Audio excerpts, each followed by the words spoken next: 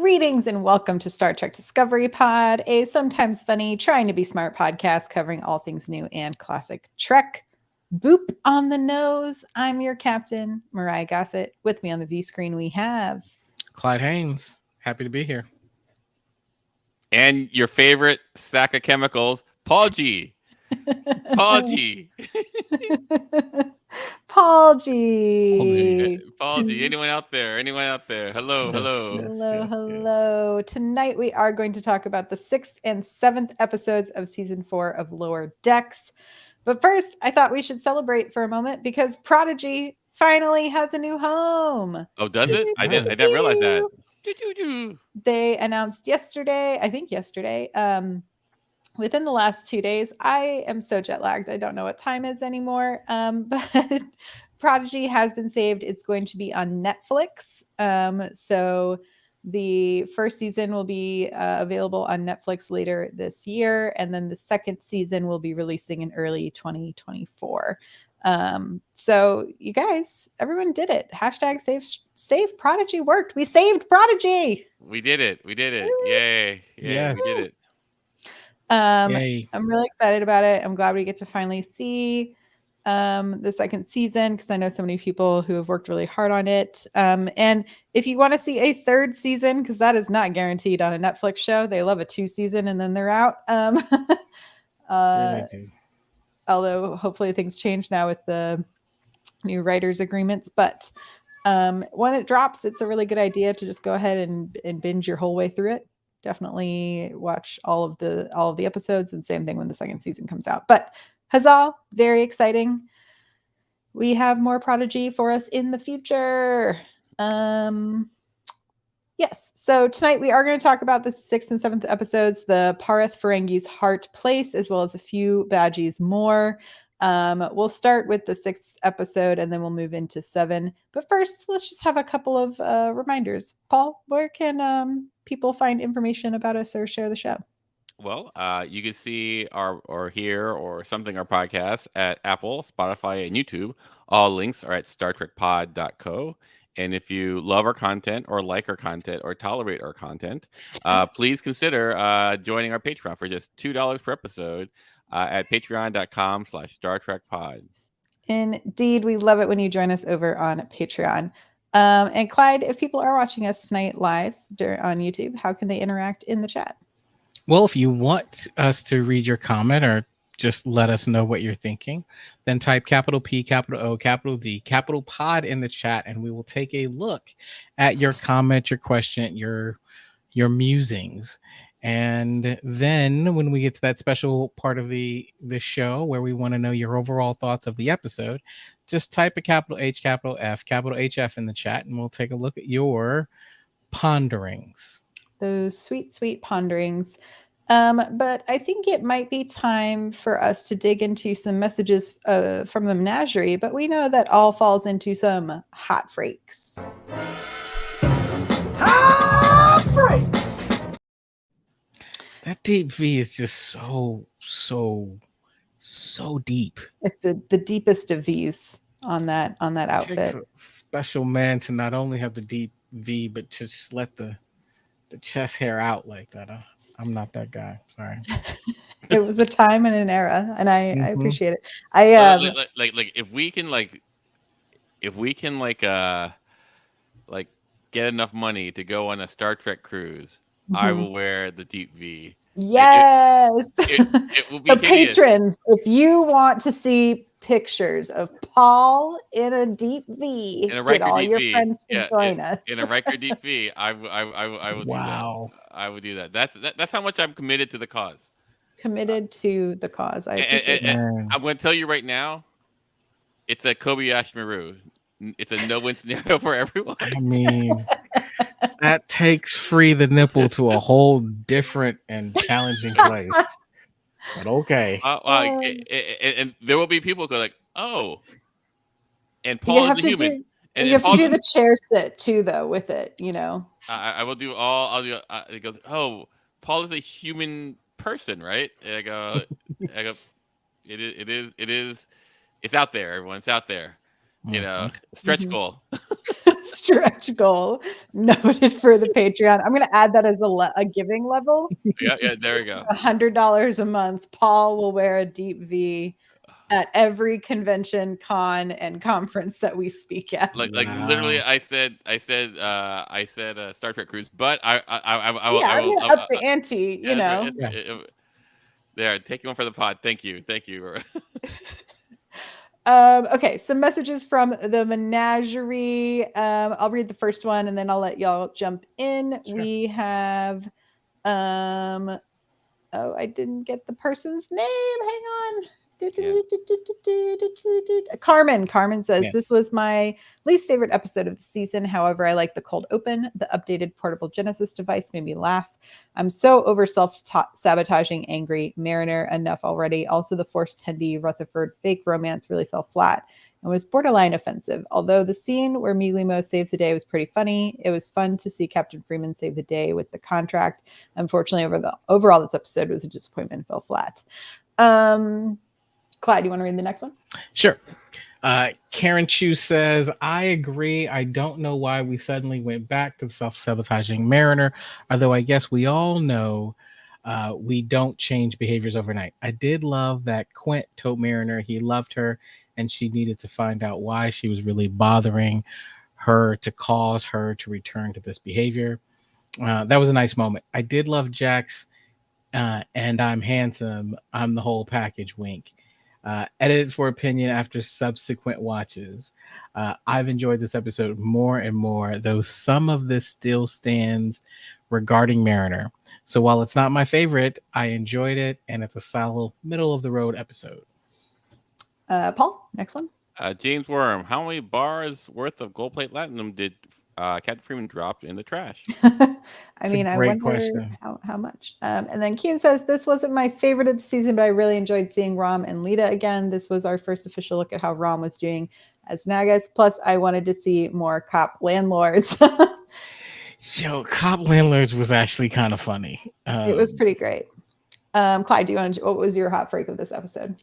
So this was an interesting episode. I'm gonna have a slightly different hot freak on this. So yeah, the Mariner self-sabotaging was a little bit annoying, but it's different when everybody else knows what she's doing. Mm-hmm. And nobody's buying it. Like I think before we got this Mariner who was constantly self-sabotaging and nobody knew she was self-sabotaging. Now she just looks kind of ridiculous, and I'm hoping that this is like the last of it, because she's starting to now everybody else has understood, now she understands. And it really does put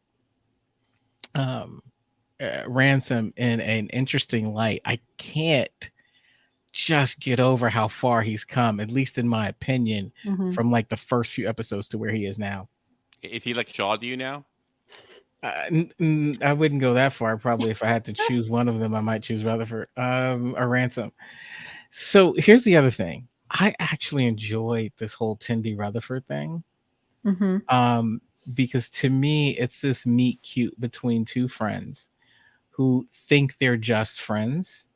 And there are these moments where they haven't quite turned the light on. I was hoping that this was going to be an episode where they started to realize their feelings for each other. But kind of on the rewatch, when they go back and they get dressed up, and Rutherford is like, I'm looking for a less, like a word that's less intense than captivating. Like, to me, he's starting to see her differently. And I was hoping that we were going to get a little bit of progress there. I'm ready for them to go ahead and try this thing, even if it's a disaster. I'm ready for this Rendy romance. Yeah, we'll talk about the Rendy romance a little bit later. Paul, what's your hot freak of the episode? So, like, ever since like Deep Space Nine, or actually, Next Generation, I always feel like Ferengi episodes are very difficult to do.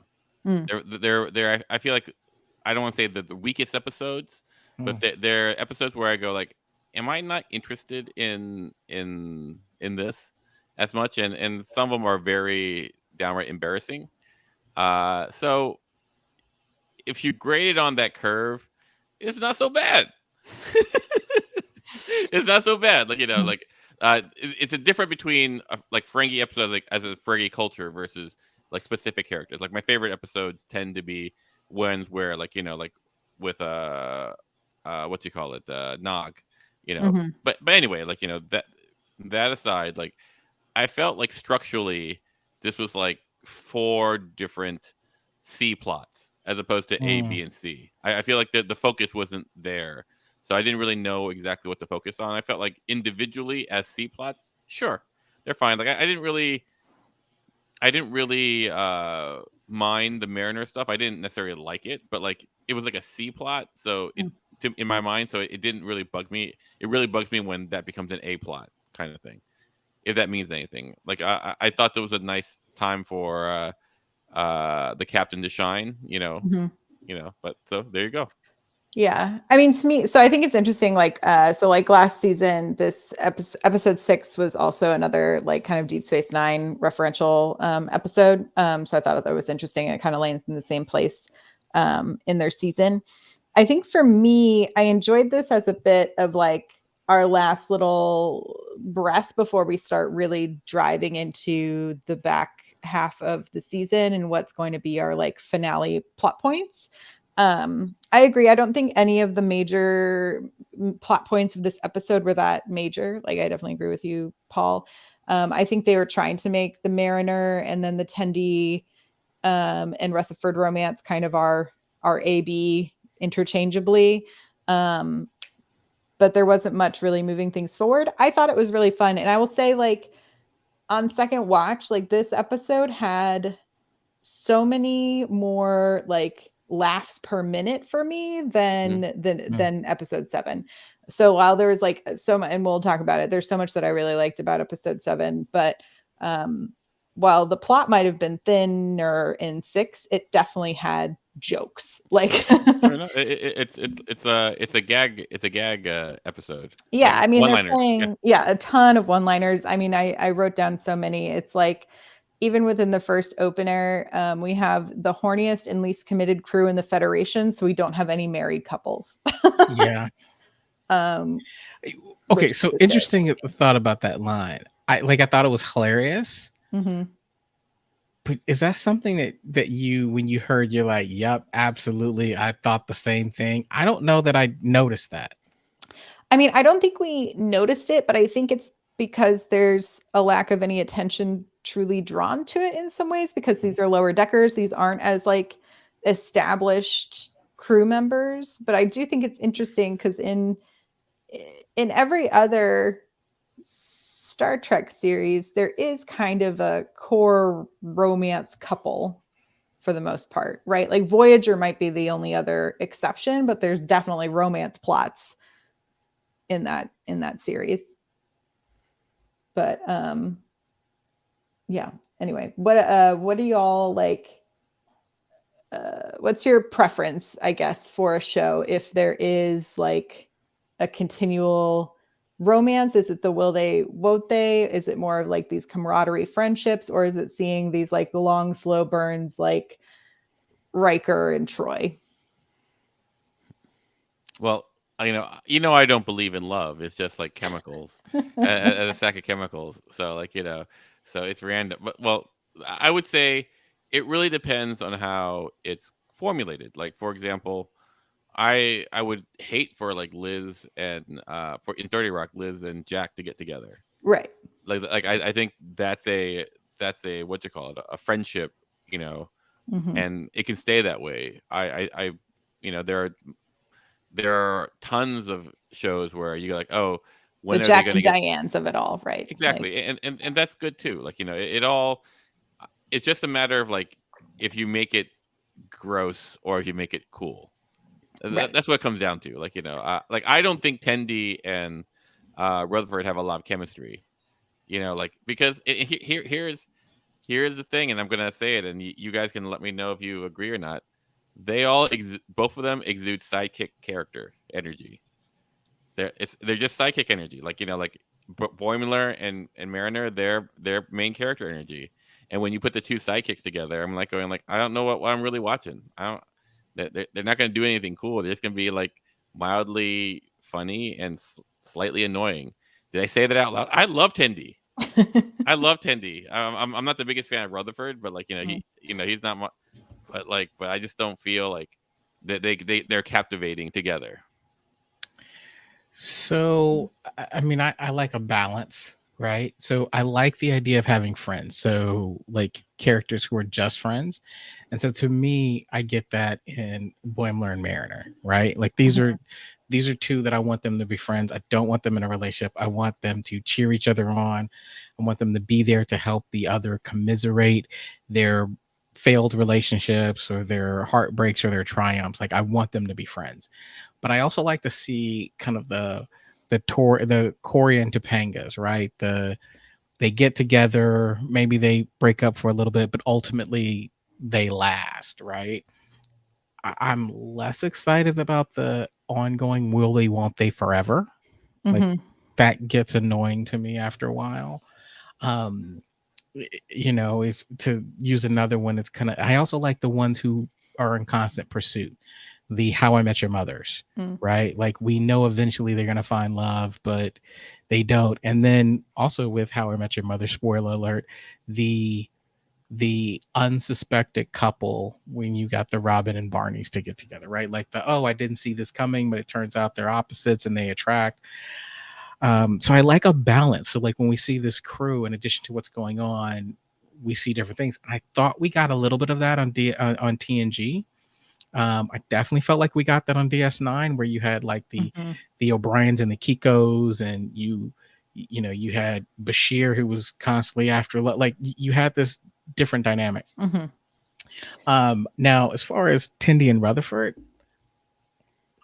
Paul, I mean they're friends, and I'm all for friends who Me too. then make a great partnership. Like I want them to be friends, and then they take that step to romance, and it works out. What if you That's kind find of out, like in season 9, that they've been hooking up since season 1, and it's all on the down low? That would be then hilarious. I I would be for it.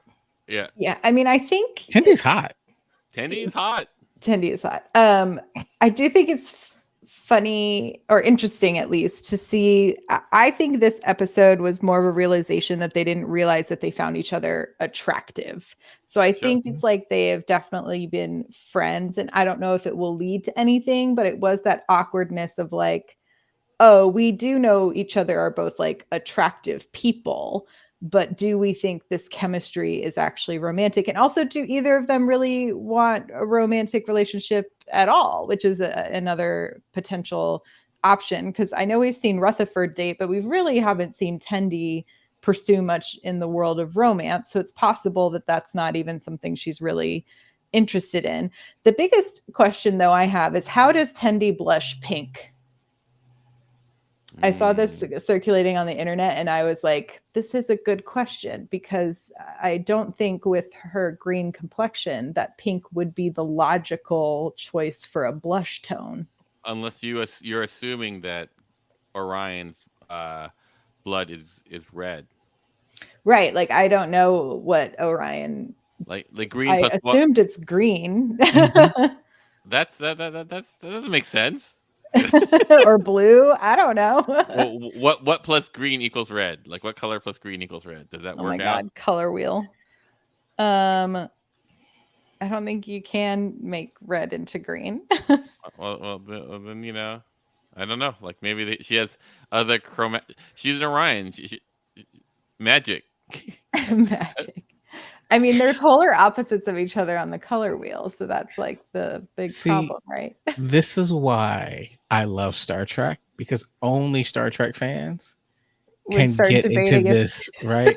Like this Yeah. is only a conversation that happens. Like no offense to the Rick and Morty crowd, but they're not looking at this and going, "Hey, Rick can't do." Like they're not in the minutia of it. Star I Trek don't fans are going, I "That got blush, questions.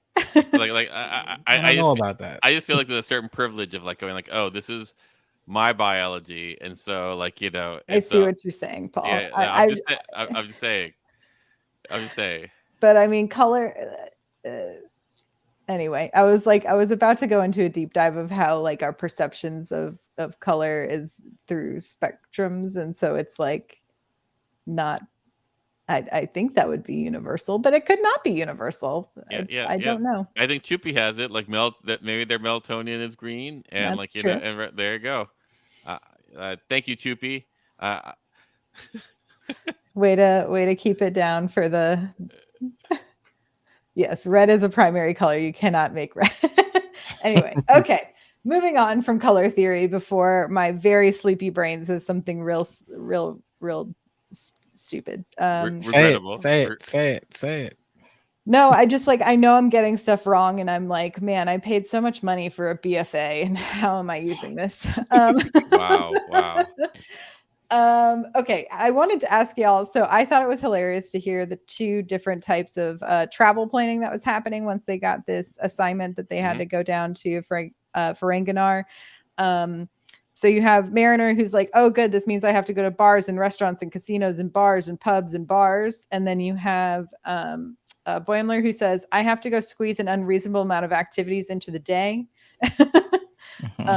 And go make an itinerary. What kind of a traveler are you? Are you more of a mariner or a Boimler?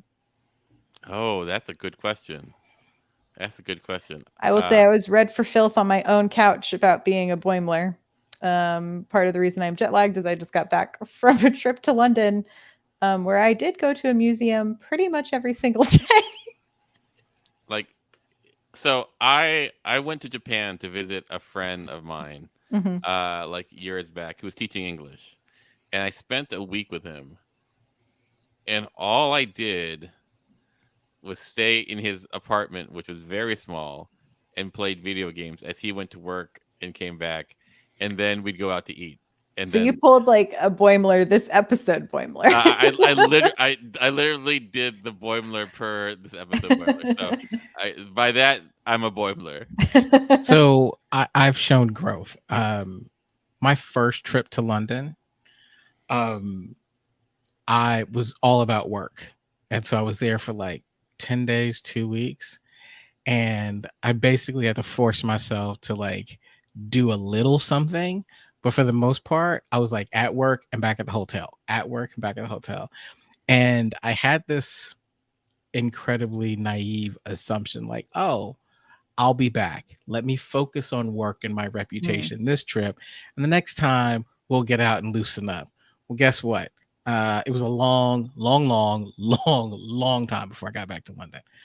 So now when I travel, I try to have some balance and I try to get out, right? Like I do hit a lot of museums. I do like museums. I like to understand the culture. So for Mhm. me, it's about museums and food. I'll be honest. Yeah. And nice sightseeing bus trip. Those are the three things that I'm going to lock in. And so I'm trying to figure out like, okay, what is the food, the local cuisine? Let me hit that. Let me see some of the culture. So a museum, and then let me see the sights, typically from an air conditioned bus.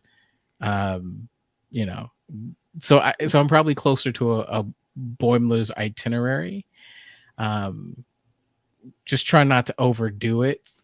Because one thing I hate is I hate to come back from a vacation where I think I need a vacation. Oh yeah, I definitely did that this vacation. So that happened to me. I walked 7 miles a day.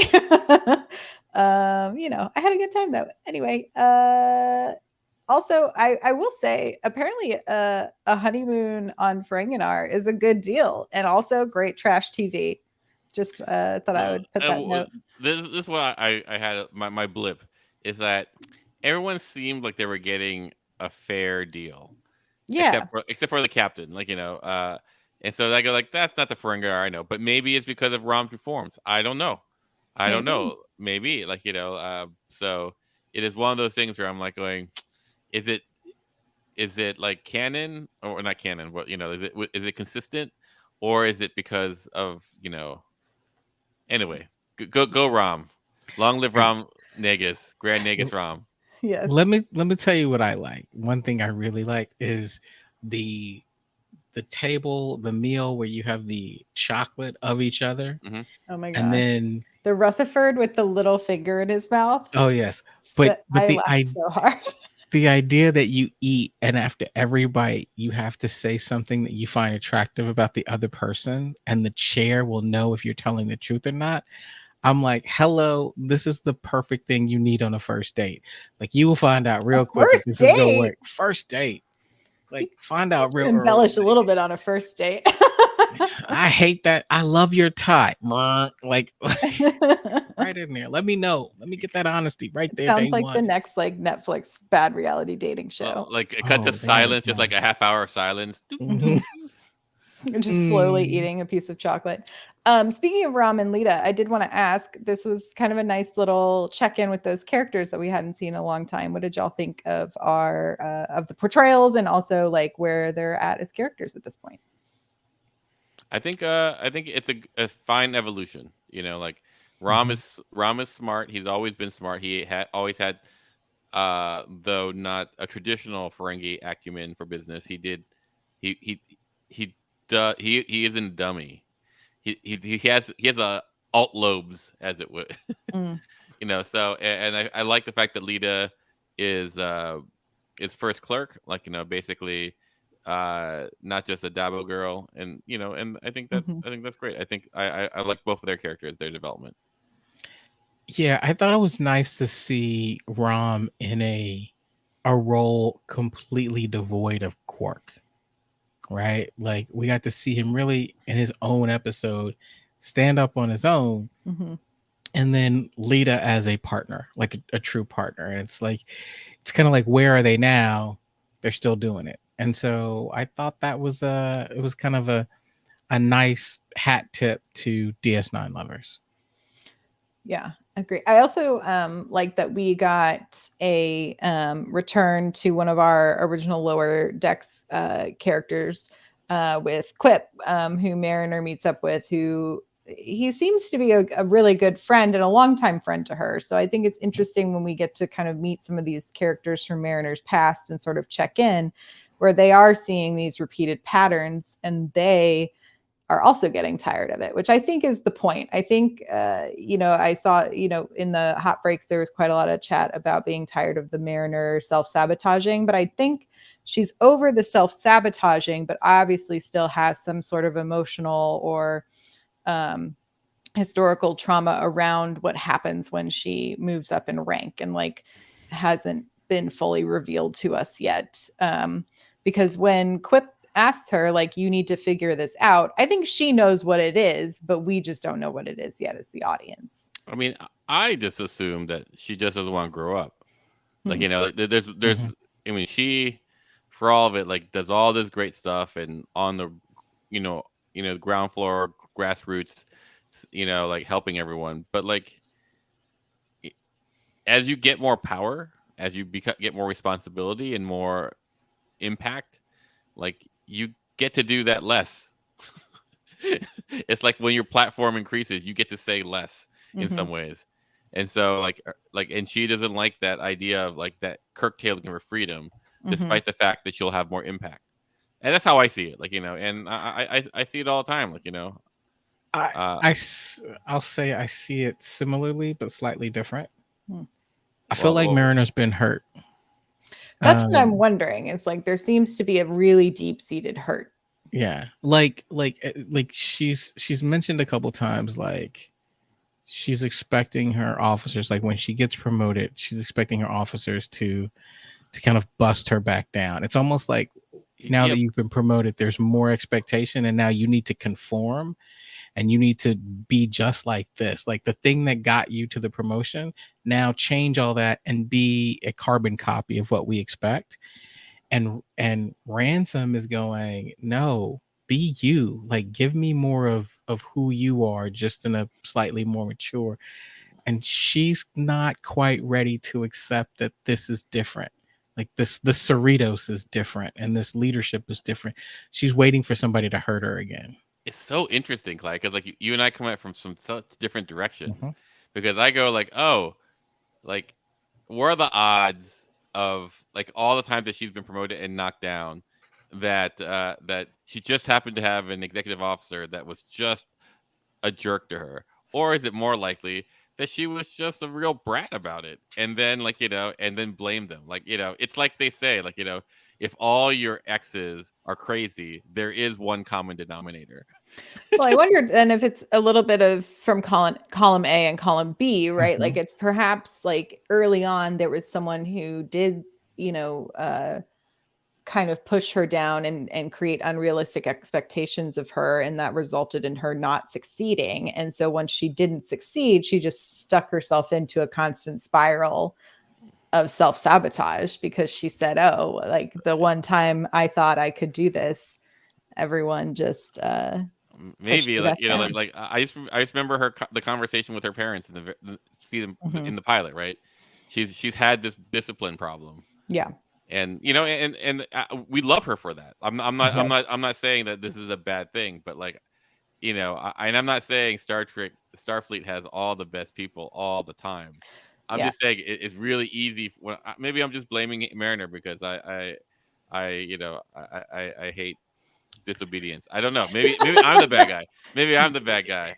Oh, I'm a big believer in fit, right? Hmm. Like Culture fit. you well, culture fit and like style, right? Like y- you might want to change jobs because it's more money, but have you really thought about like what that culture fit is, right? Like if Sure, sure. you are a t-shirt and ripped jeans type of person and you now are joining an organization that's a suit and tie, that might not be a great culture fit for you and you might really struggle. So I think the thing that I look at this is Cerritos is a bit of a band of it's the island of misfit toys, and it mhm. works.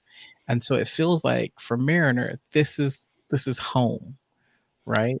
Like if she Yeah. was on another ship, I don't know that it would work. And so she's used to being on these other ships that are way more formal, but her style seems to work. And it's about your team.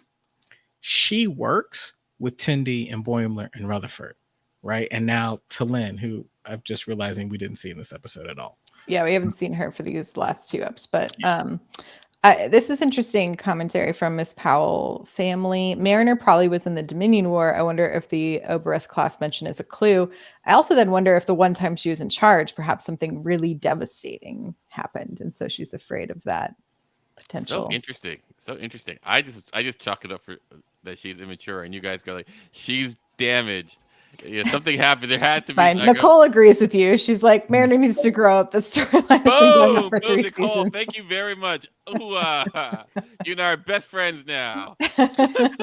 I mean, Paul, you kind of hit on it though, right? Like it's like when somebody comes to you and they're like, "Yeah, no, man, my ex was just crazy." I'm a little hesitant Yeah. to like be like, Mhm. "Was she like she was just crazy?" Like that's what it is. Like she just you happen to date someone who was just crazy, and more trying to think of the nuances. What was it about that situation Hmm. that either touched her in a place that was emotionally raw and triggering, or what was it about your situation that brought out the crazy, right? Or maybe the third option is that she just was crazy, and then how do you attract these crazy people in a repetitive fashion? But I kind of want to give some more nuance to just like Mariner's, you know, immature and rebellious and needs to grow the blank up, you know. Man, yeah, it's tough. It's tough. Everyone, not everyone can be like, what's, you know, who's awesome from the very beginning. Do we have an awesome character like who's Jordy. okay? Yeah. Moving on. Moving on. I Data. mean, in some senses, I mean, you could think that Riker was awesome from the very beginning. I don't know. He has those dad issues, right? I mean, you have to have growth in order for a character to be interesting, right? Yeah. True. I guess. I guess. Yeah. Um, Speaking of people though Hence, I'm who so are boring. Hence, thank you, thank you, everyone. I'll be here all week. um speaking of people who are not prepared for their jobs, this admiral was not getting it done, and luckily Yeah. Freeman was there. I liked seeing Freeman succeed, but that was like Yes.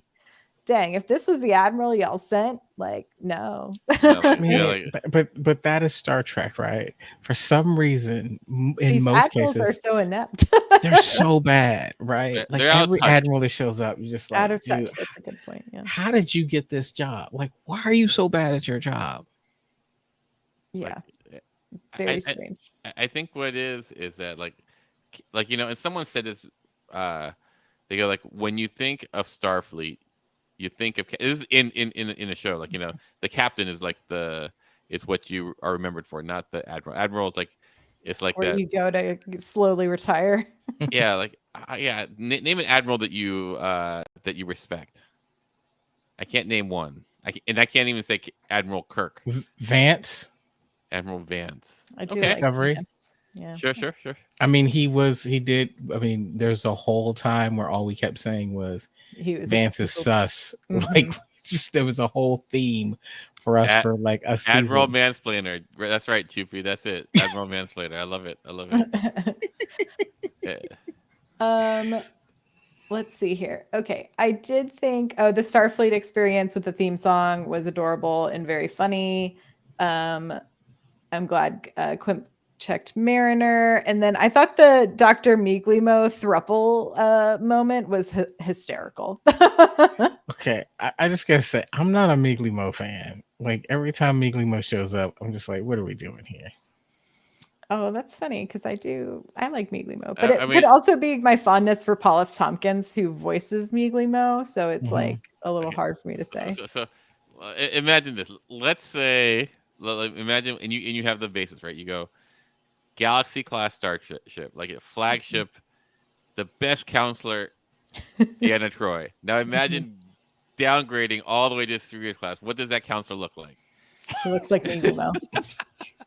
Fair point. Fair point.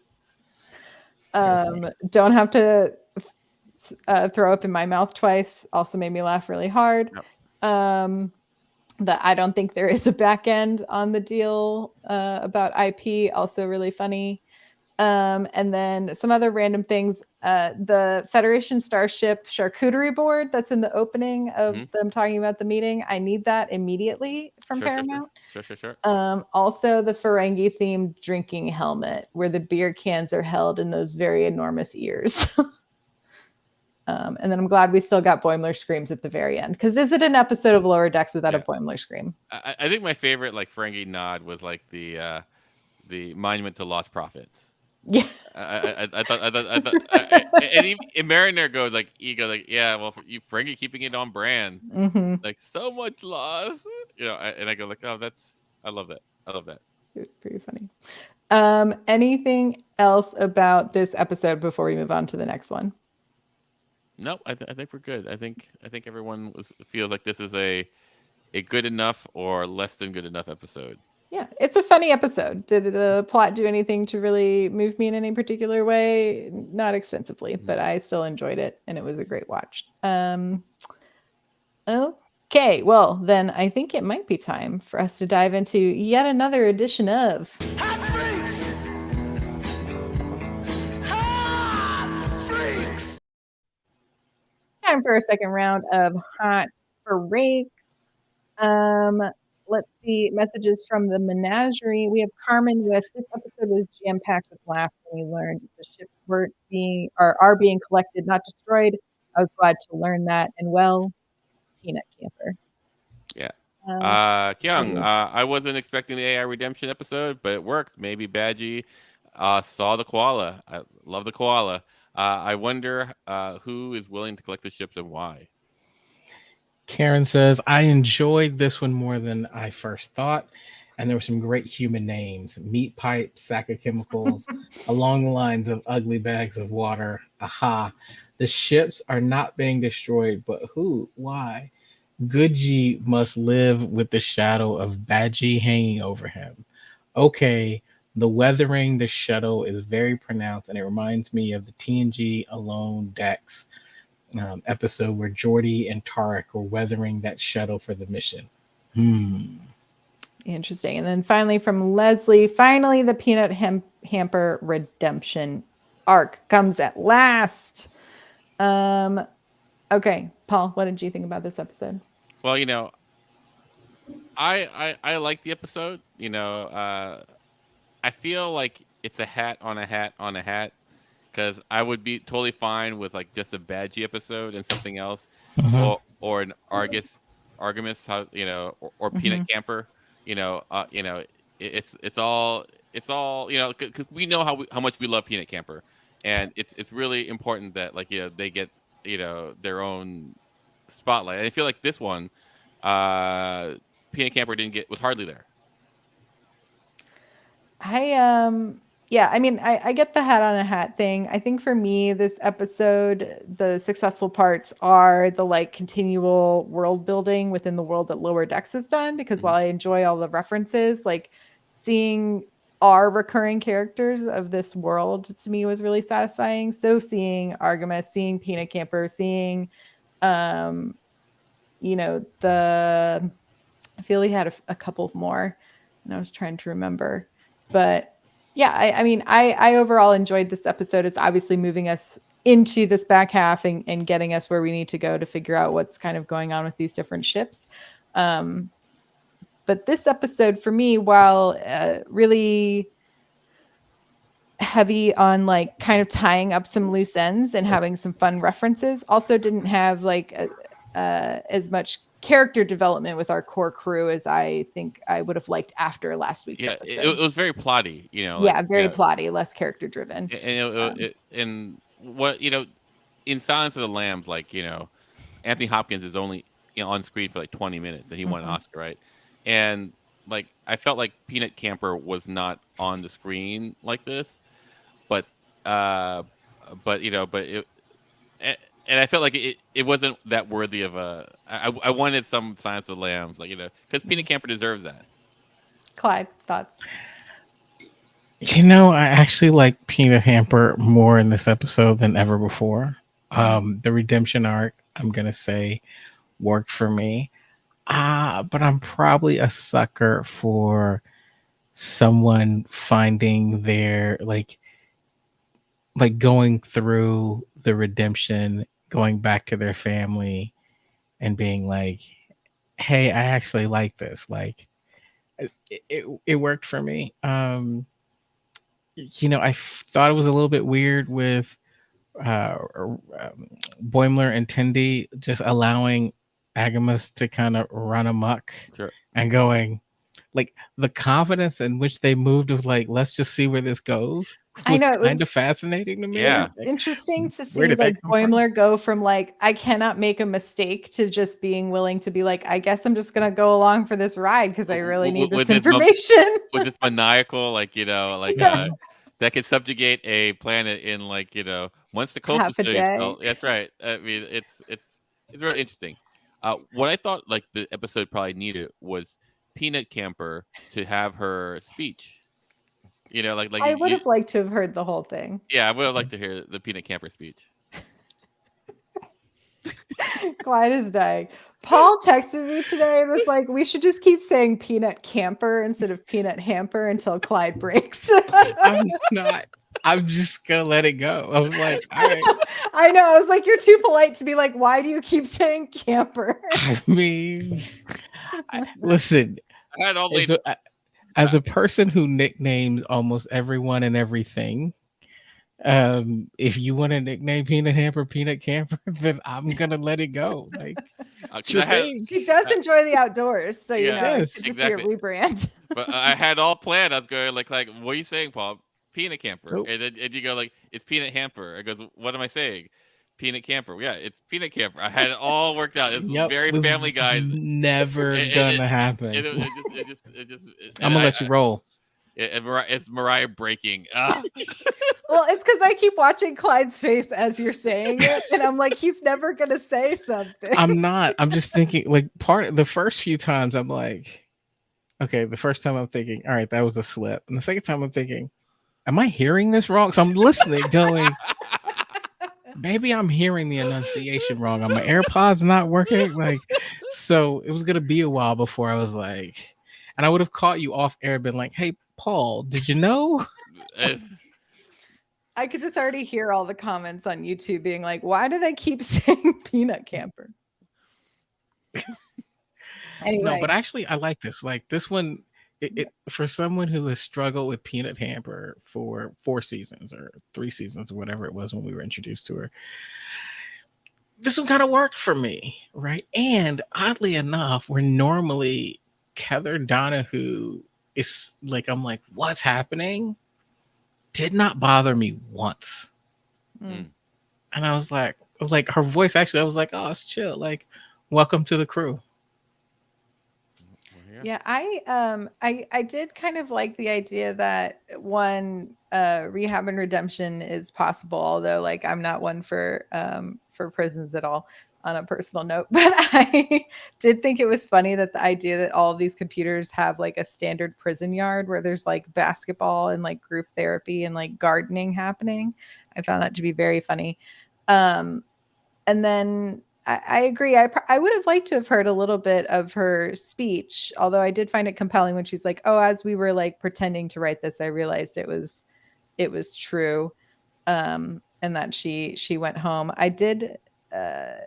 It's interesting because both essentially all of the artificial intelligence in this episode eventually chooses the good side of things, which I thought was interesting commentary The on blue AI light beings. side. The blue light, yeah. Yeah. Yeah. I don't know. Like in some ways, like there's that part where I go like, oh, if all the humans were not a part of it, would it just have gotten, like resolved itself? It's kind of like Raiders of the Lost Ark. If Indy just didn't do anything, Yeah. the Nazis would be killed and like, and blah blah blah. So in this particular case, like, where our characters was the lower decks really necessary for any of them? Yeah. I don't know. I mean, this is also interesting. So WYSIWYG says, I get, so it's the title of this episode is a reference to The Good, the Bad, and the Ugly. And WYSIWYG says, would have loved to have had a holodeck Western motif to match the Rutherford as the man with no name. Sure. Like a few dollars more. Yeah, I can definitely a few badges more. I get it. Like I was hoping for that, but I guess they're playing with the split personality badgie kind of thing. Mm-hmm. I did notice, I think this episode had quite a few extra dollars spent on animation because there's quite a few frames that had like much more texture, and I thought all the exteriors looked really great. Like the badgies look crazy. The badgies They look did. insane. Yeah, like that it did not look like the same art style in some ways, in a good way. Yeah. It like it just to go. It reminds me. Oh yeah, go ahead. I was saying the voice acting was great on Badgie too. Mhm. Like Kenneth, right? That Yeah. Kenneth from 30 Rock. Mhm. I was like, oh, this is really good. It's crazy. Yeah, you could definitely tell like the differences between all of the characters that he was playing. So I thought that it was really successful in that way. And yeah, the Badgie animations when it would do the close-ups on his face, I found it kind of similar to like when you would get those like villain shots in like animes and stuff like that. So I was like, this is really fun to play with stylistically. Or me in the morning, like just like just it's like come on, Paul, happy face. Where was I going? What did you think of the hug as a tactic by Rutherford to try to get Badgie to not kill the entirety of the Cerritos? I mean, sure, like like it's one of those things. Once again, I believe that the actions are very immaterial. So like, sure, why not? Like Rutherford has tried everything, right? Mm-hmm. Like what else was he gonna do? I do I feel like it's a little lazy? Maybe, but it was fine for the context of what it is. Yeah, I mean, eventually it isn't. I think the episode eventually lands somewhere interesting with Badgie's character, with the idea of like, oh, once I now have infinite knowledge and infinite like power, I see that there is no point in like killing people and violence, and that like I feel like I wrote something down that's more eloquent than what I'm about to say, but now I don't remember what it was. Like I have it right here. It's Myrriah says like kill equal bad, no good. Exactly. So Badgie eventually choosing that violence is not the answer. I thought that like violence is illogical, but it was also like the void of good. Yeah, this also doesn't make sense. I think I've just like fully reached to the point of jet lag that I don't have words anymore. No, your brain has reached 9.9. That's like yeah, you're 9.9. uploading. But what I was trying to say is that like with intelligence and thought and logic and empathy and good, you eventually get to the idea that violence is not an actual answer to solve any problems. That's I don't what know, I was man. trying to say. I haven't seen the koala yet. I mean, I've seen representation of the koala, but like maybe you get that when you see the koala. I feel like, or if you go to visit Black Mountain. that's right, that's right. But if you I don't know. I think I think you get attacked by a dog or like a pit bull, like like violence is an answer.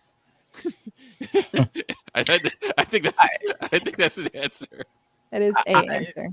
I think to me, this was an interesting take on kind of the father of AI technology and their relationship to their creations, right? And it's kind of like if Noonien Soon would have treated Lore a little bit differently, could he have changed Lore's behavior, right? If he was a little bit more kind of welcoming and saying, "Hey, you're not a mistake. I didn't make a mistake and then try and recreate data to fix all the things I've done with you, but just hugged Lore. Would Lore have been different?" It was an interesting conversation to me. And then the answer was kind of like, no, the hurt is the hurt. And then you got the separate entities. And It's so and interesting. then to transition to what Myrriah said is, now that I see the whole picture, my behavior doesn't make sense. Like, is there to your point, I never saw the Badgie Lore connection before, but like it's kind of there a little bit, right? And so to your question, if Sung did something different, would Lore be different? And I think the answer is probably no. Interesting. Well, does this come down then to that question of like nature versus nurture? Nurture, yeah, right. And it is usually a combination of the two. Well, I suppose it comes down to, do you believe in free will or not? In the sense, favorite question of Star Trek. That's right. And so because like Lore, he at least the way the lore tells us, like he became the way he was because he just felt better, because he was better, he was smarter, he was faster, he'd live forever, blah blah blah, all these things. And the things that humans valued, like he didn't value as much because he was better. Like I have not to go on a tangent, but like here we go on a tangent. I have this question that I ask people all the time. I go, would you rather have the ability to teleport or infinite money? And I get a lot of answers. Do you guys have an answer before I proceed? I mean, I want to say the ability to teleport, but I feel like the better answer is infinite money. I'm going with infinite money. I mean, teleportation is cool and I would enjoy it, but if I got infinite money, then I can hire somebody to teleport. Then we are friends. Then that's why we're friends, because the infinite money is obviously the right answer. But that said, what normally goes like, oh, I pick teleport, and I would say to them, like, what well, how you, let's say you go to Paris, like you'll still need to eat, you'll still need, like, how would you pay for that? And invariably, like 99.4% of the time, people say, well, I could just teleport in the bank and take my, and then I'd go, because it's a trap, because Paul is a trap, Paul is a trap. and I go, oh, so once you have power, like, morals go out the window. And then they go like, we're not friends anymore, unfriend, boom. but yeah. And I've only got one person who said, yep, that's the case. I am now a god. And that person is still your friend. because they're honest about it, right? And so in this way, like Lore goes like, I am a god amongst you. I am better by his. And so in that way, I don't know if nurture is going to help that. Data had very little nurture, right? He's in that way, it's just a matter of there's a choice that was made where because of my because you're better, do you see yourself as deserving to rule, or do you see yourself as more responsible to serve? Yeah. It is interesting though, because he essentially is like, oh, I'm not gonna do all these murderous things in this universe, but I'm gonna go to an uncreated universe and create a Sure, universe. yeah, So like what will the Badgie created universe eventually look like? like the That Marvel universe, boom, just like that.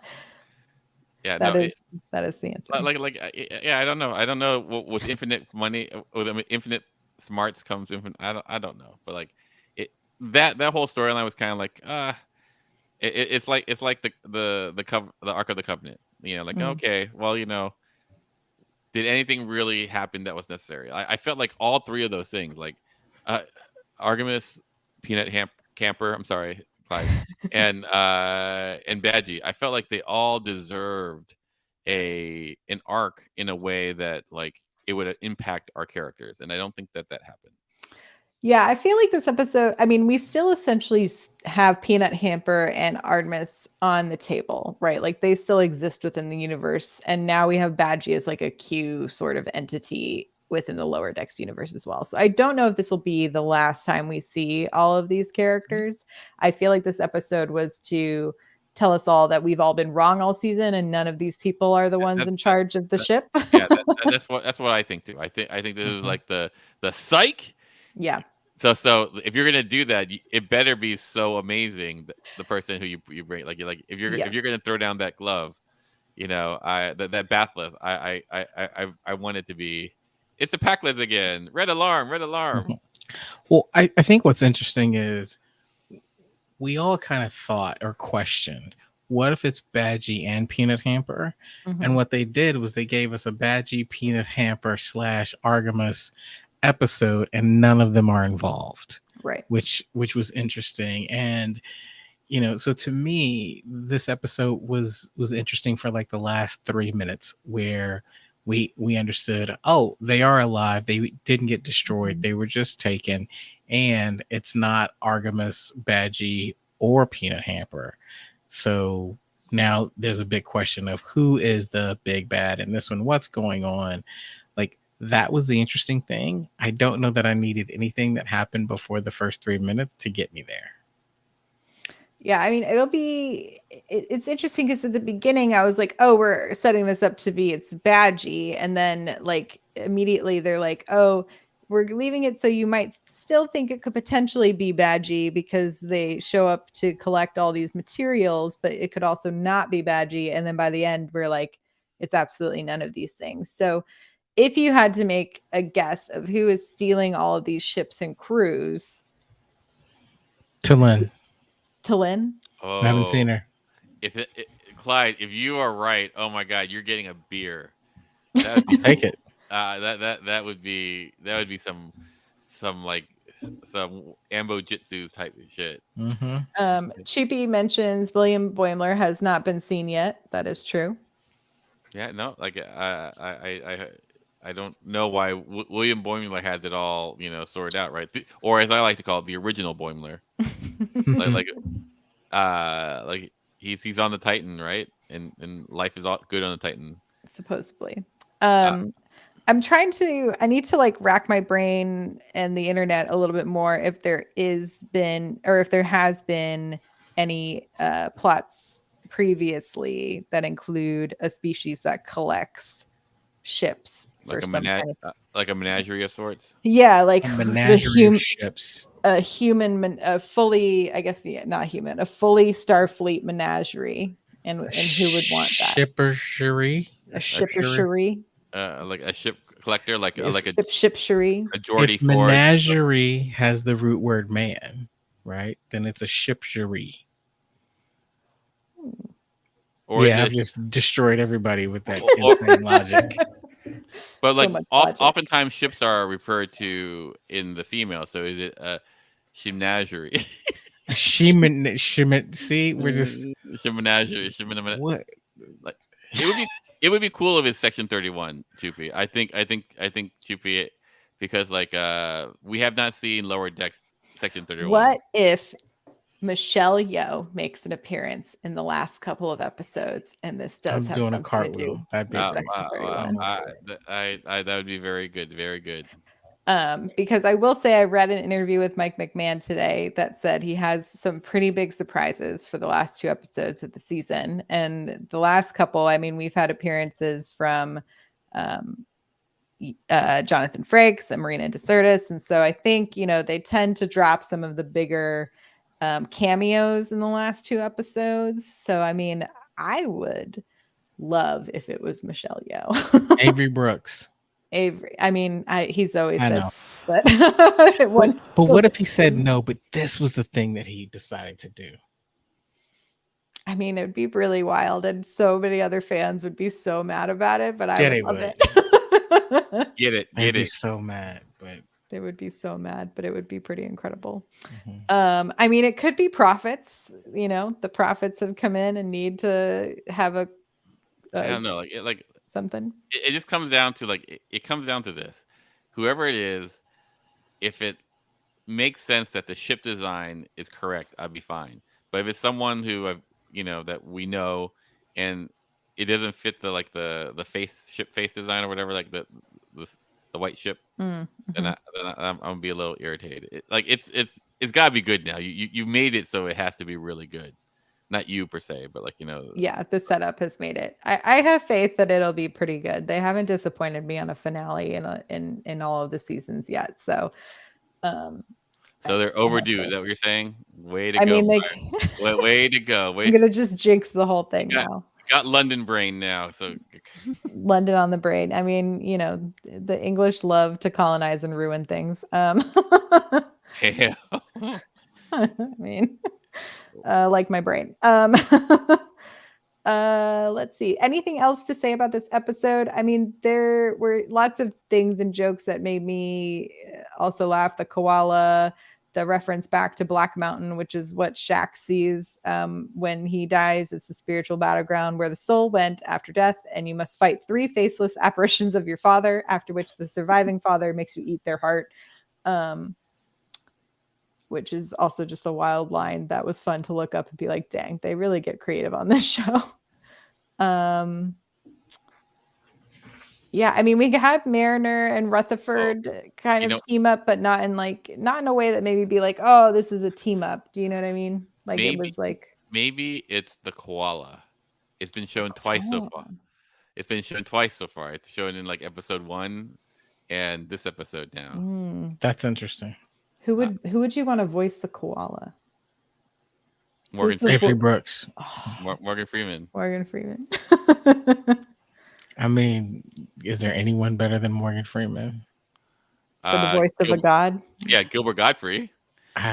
James Earl Jones. No, James Earl Jones. Oh, Gilbert Godfrey. That'd be it. Gilbert Godfrey. I can't even do it. Yeah. WYSIWYG says it's Boba Fett. It does look a lot like the Boba Fett ship. Yeah, that does. It does. It really does. What if that's the surprise? It's officially finally the Star Trek Star Wars crossover that no one has been asking for. Literally that no one's asking for.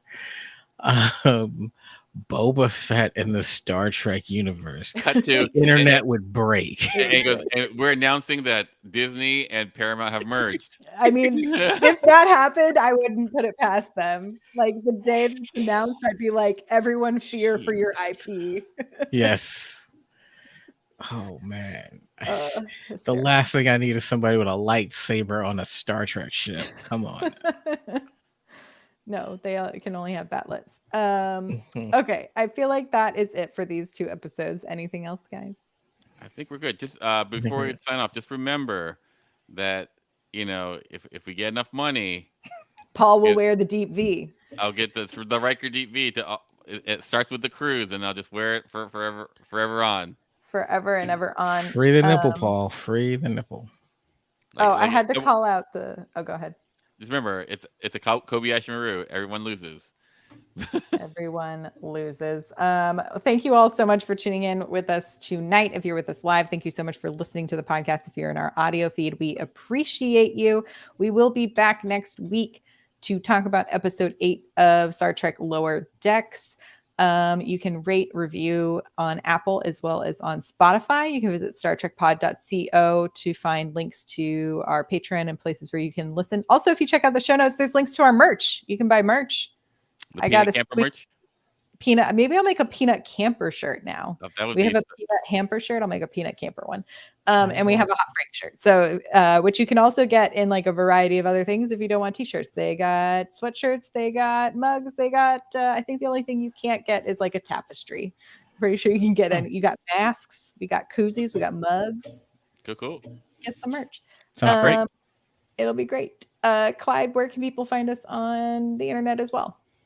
You can find us at Star Trek Pod on X and Instagram, and I'm sure some other places Myrriah has put us on.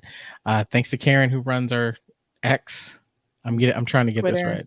Yeah, Twitter, X, Thanks, whatever Karen. you want to call it. We all know what that is. Yeah, thank you all so much for joining us. We will see you all next time. Live long and prosper. Bye-bye. Bye, everyone.